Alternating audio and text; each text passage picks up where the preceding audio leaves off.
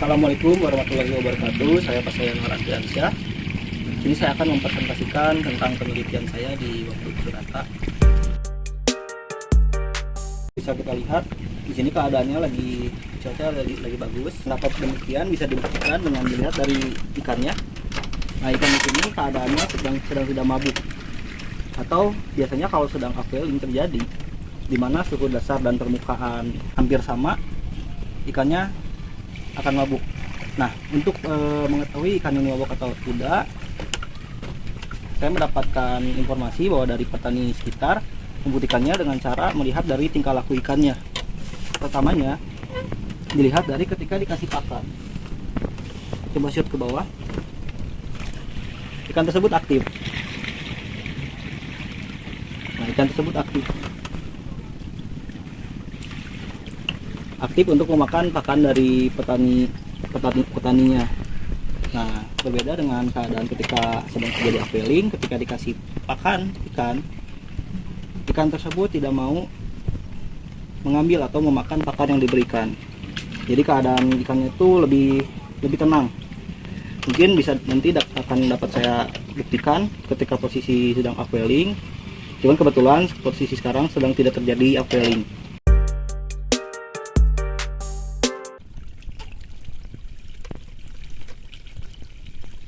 Oke, ini keadaan ikan ketika sedang keadaan mabuk, karena penyebabnya kemungkinan dari fenomena upwelling. Sama demikian karena dari pagi hari hujan terus-menerus tanpa henti, sehingga ada penurunan suhu permukaan yang tidak biasanya.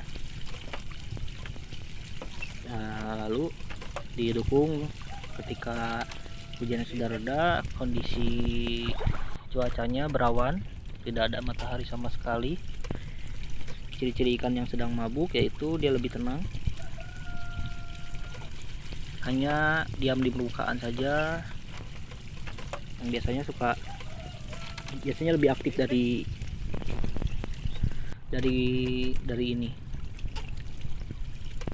Ini pada hari Sabtu 28 Januari.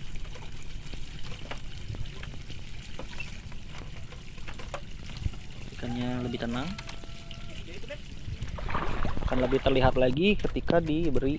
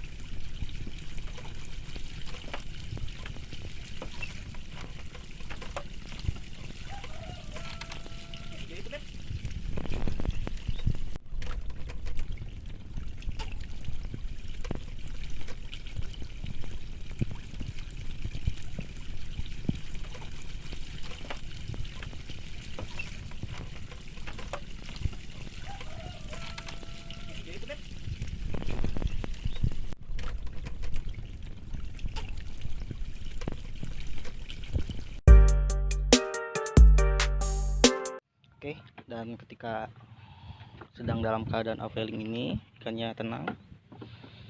Langkah yang dilakukan oleh petani yaitu menguras air di dalam kolam ini dan memasukkan air dari luar kolam. Fungsinya apa? Fungsinya untuk meningkatkan kadar oksigen terlarut. Cara mengurasnya seperti apa? Menggunakan blower. Ini sedang dalam proses menguras airnya. Mesinnya dinyalakan terlebih dahulu. Di sini akan saya jeda sebentar ya. Nah, ini dia ketika mesin blowernya sudah nyala. Jadi air akan dikuras lalu dimasukkan kembali ke dalam kolam untuk meningkatkan keadaan oksigen terlarut. Jadi prosesnya seperti ini. Untuk antisipasi dini petani saat ini ketika terjadi upwelling pada ikan.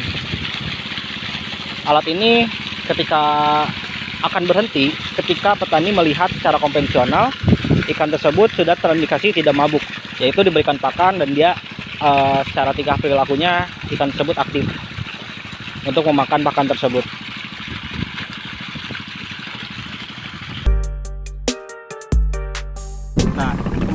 ikan ini secara terus-menerus akan menyebabkan kematian ikan massal di dalam kolam karamba jaring apung ini. Setelah saya melakukan percobaan dan analisis, ternyata upwelling ini adalah suhu dasar air yang naik ke permukaan atas dasar angin di atasnya. Maka dari itu pada umumnya suhu dasar itu akan lebih dingin daripada suhu permukaan. Ketika terjadi upwelling, suhu dasar ini akan naik ke permukaan, sehingga suhu permukaan dengan suhu dasar itu lebih kecil. Jadi suhu permukaan itu lebih dingin daripada di suhu dasar. Maka dari itu adalah indikasi dari kejadian upwelling saat ini. Nah, saya sudah melakukan sebuah sistem yang nanti akan saya pisahkan videonya untuk memprediksi suhu permukaan pada keesokan harinya. Agar apa? Agar petani dapat banyak waktu untuk mempersiapkan kejadian atau fenomena upwelling ini. Dia selama 14 hari saya menggunakan input layer sebanyak 8, hidden layer 24, dan output layernya 1.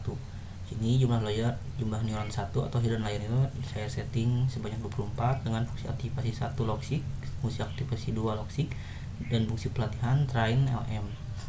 Ini saya coba running. Nah, ini adalah proses pelatihan datanya.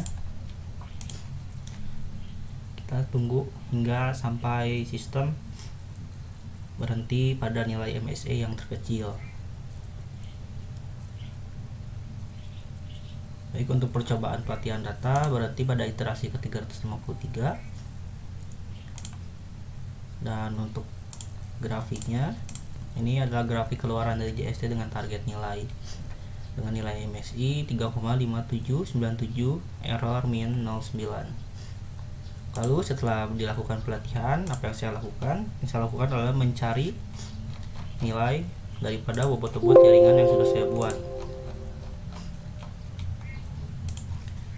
Untuk mencari nilai bobot, yang pertama saya akan mencari nilai bobot hidden input, yaitu nilai lapisan input ke lapisan tersembunyi. Karena saya sudah menyimpan jaringan ini, maka di sini kita tinggal memanggil saja jaringan dot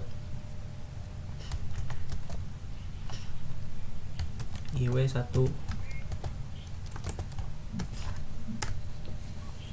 Nah, ini adalah untuk bobot hidden inputnya, dan bobot inilah yang nanti akan saya pakai untuk proses prediksi di dalam Arduino. Lalu selanjutnya saya akan memanggil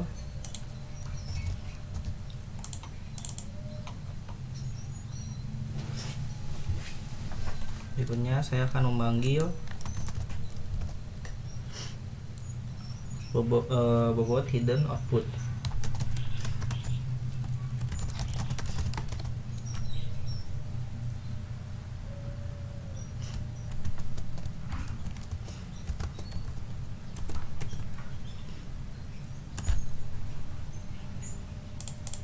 Ini untuk bobot hidden outputnya.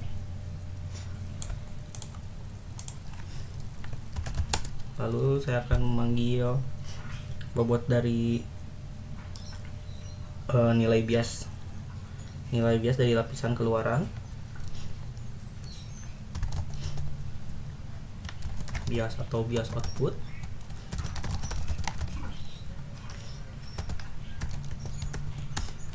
Ini untuk bias outputnya. Lalu saya akan memanggil lapisan tersembunyi, bias pada lapisan tersembunyi.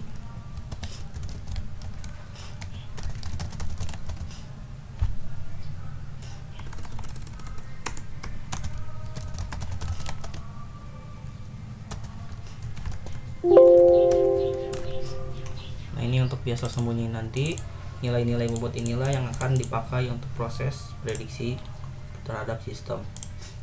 Lalu di sini saya akan menemukan juga dari bobot yang sudah saya ambil, saya letakkan ke dalam plot matrix data array ukuran 24x8.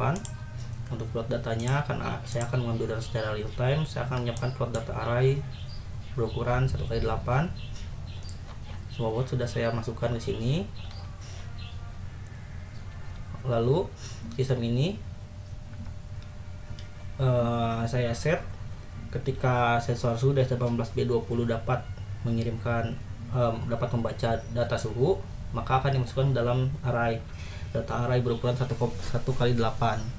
Tapi untuk sensor suhu DS18B20 ini banyak sekali terjadi error. Errornya apa? Karena errornya tidak dapat membaca suhu, jadi nilainya tuh bernilai minus 127. Maka itu ketika suhunya dicek bernilai minus 127, maka itu tidak akan dimasukkan dalam data array. Ini akan saya coba running.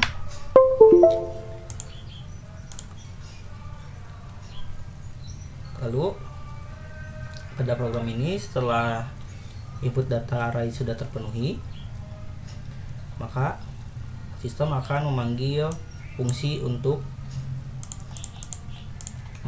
melakukan proses prediksi, yaitu di sini.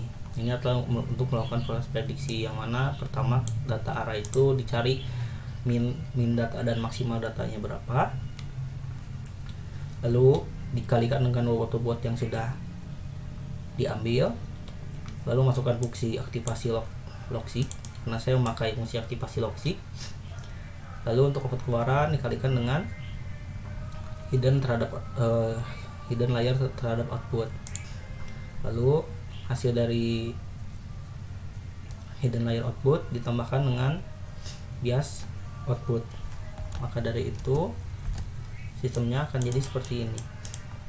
Ini adalah array yang sudah saya set.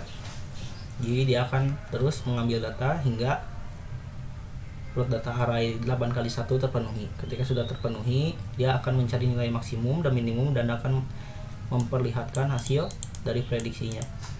Jadi ketika hasil prediksi ini berada di bawah 26,5 derajat Celcius, maka yang akan DST-nya adalah positif. Ini akan ditampilkan ke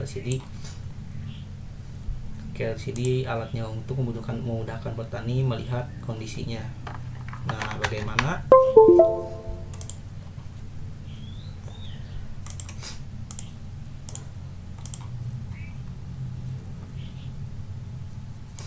Bagaimana ketika sensornya error? Ini akan saya cabut.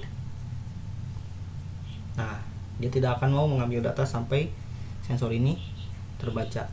Jadi dia di plot data arraynya tetap segini.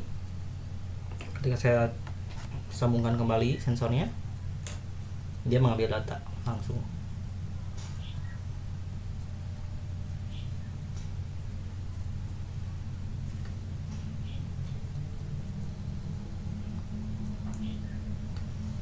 Kenapanan karena suhu ini identik sama ya.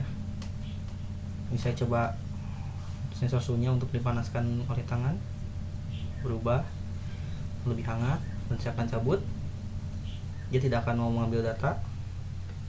Lalu sensornya kembali terbaca, memasukkan data kembali ke plot data array dan mengeluarkan hasil prediksi.